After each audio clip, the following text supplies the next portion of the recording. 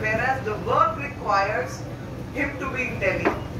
दिल्ली को कोई part time CM की जरूरत नहीं है ना जी, दिल्ली को full time CM chief minister की जरूरत है। तो फुल टाइम चीफ मिनिस्टर नहीं होकर तो वो part time chief minister. There is a line which one can say, do not work except talk about the work. Talk about the work but do not work. Show concern about the work but do not work.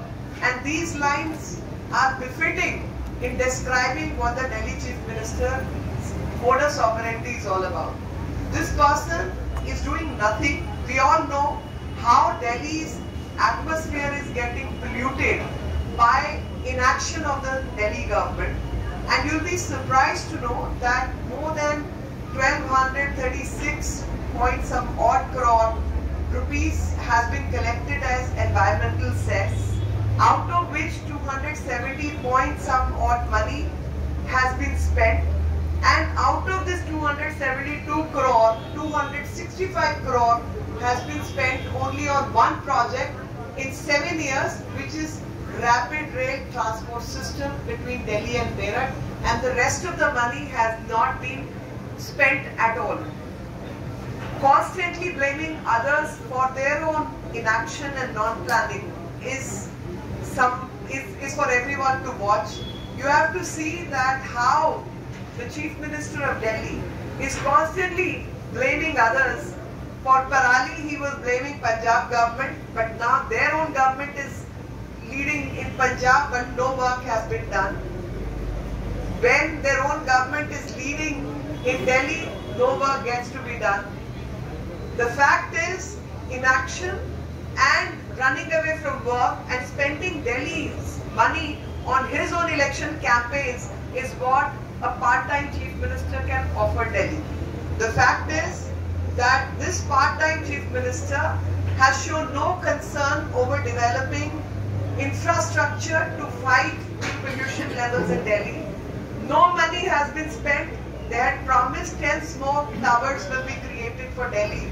Only one smoke tower is been created after spending 23 odd crores, and 80 lakh rupees per month is the maintenance of that smoke tower.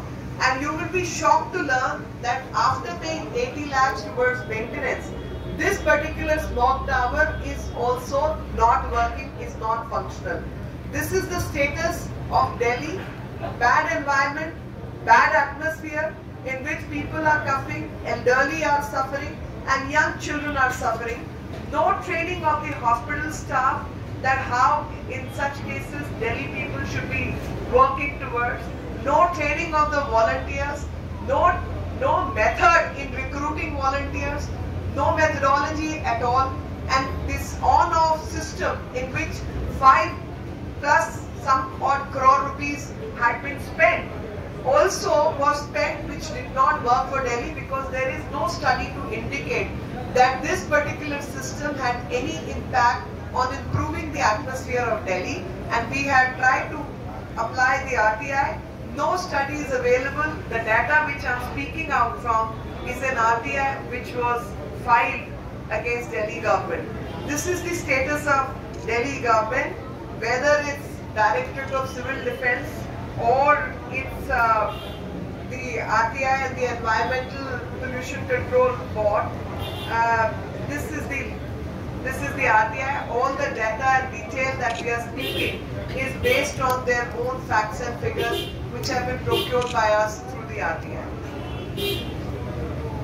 Any question, please?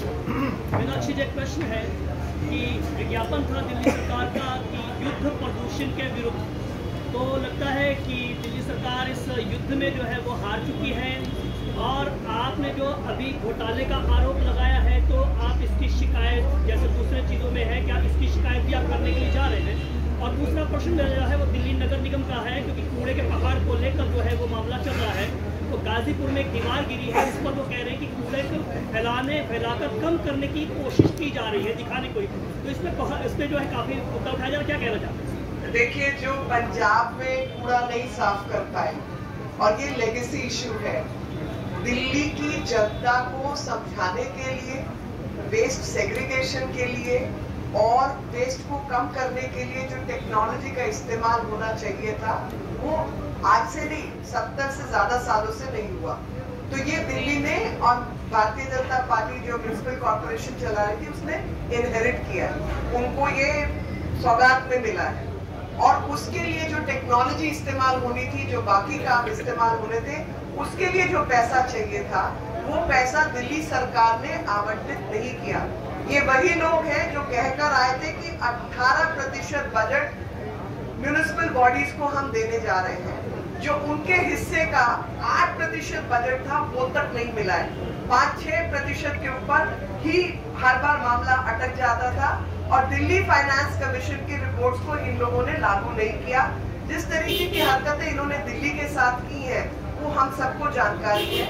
और जब waste की बात आती है, मैं आपको सबको याद दिलाना चाहती हूँ, इन्होंने कहा था कि पीडब्ल्यूडी की सड़कें हमारे पास है और पीडब्ल्यूडी की सड़कों के ऊपर जितना मलबा होगा, क्योंकि वजन मलबे का बहुत होता है, वो दिल्ली सरकार इकट्ठा करेगी और उससे संबंधित इन्होंने एक ऐप भी जारी की थी। आज आपके माध्यम से मैं इनको पब्लिकली पूछना चाहती हूँ कि उस ऐप को बनाने पर आपने कितना पैसा खर्च किया, उससे संबंधित जो एडवर्टाइजमेंट का बजट था वो आपका क्या था, और उसके बाद फाइनली आपने सीएनडी वेस्ट मलबा उठाने के लिए क्या काम किया। तो सच्चाई तो ये है कि जब सड़कों की गिनती की जाए और सड़कें भी म्युनिसिपैलिटी के हाथ में आए तो आपको उतना बजट म्युनिसिपल कॉर्पोरेशन का बढ़ाना था। आपने बजट बढ़ाया नहीं और काम लाते गए, जिसका खामियाजा दिल्ली ने भुगता। जब तक वो विषय सॉर्ट आउट नहीं होंगे, इसी वजह से दिल्ली की जो म्युनिसिपैलिटी है उसका एकीकरण किया गया है ताकि उसका एक साथ एकजुट होकर एक बजट पारित हो और जो टैक्सेशन की चीजें हैं उससे दिल्ली सुधर पाए।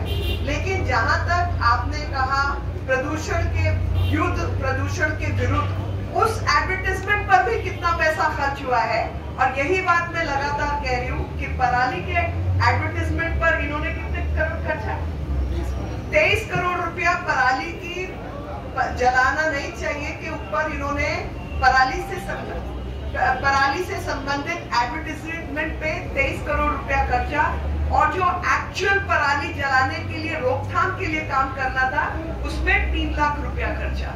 ये इनकी सच्चाई है। कहने और कथनी और करनी का जो अंतर है, उसी का जो भुगतान है वो दिल्ली कर रही है। और मैं बार बार कह रही हूँ, काम करने से होता है, विज्ञापन से काम नहीं होता। आप अच्छा काम करें और वो विज्ञापन जाए कि आज हमने इतने लोगों का काम किया, तो बात समझ आती है। मैं एक बहुत छोटा सा उदाहरण देती हूँ। आपको कोई एडवर्टाइजमेंट दिखाई नहीं दिया होगा जब प्रधानमंत्री जी ने जनधन के खाते खुलवाए थे। जनधन के खाते 4 महीने के अंदर 52 करोड़ खाते खुले, जबकि इस देश के अंदर 12 करोड़ के आसपास खाते थे 70 साल की आजादी के बाद। लेकिन जब वो काम हो गया तो उस काम के बारे में सबने लिखना, जांचना और पढ़ना लिखना बात शुरू की, तो वो बात समझ आती है क्योंकि आप काम के बारे में जनता को जागृत कर रहे हैं।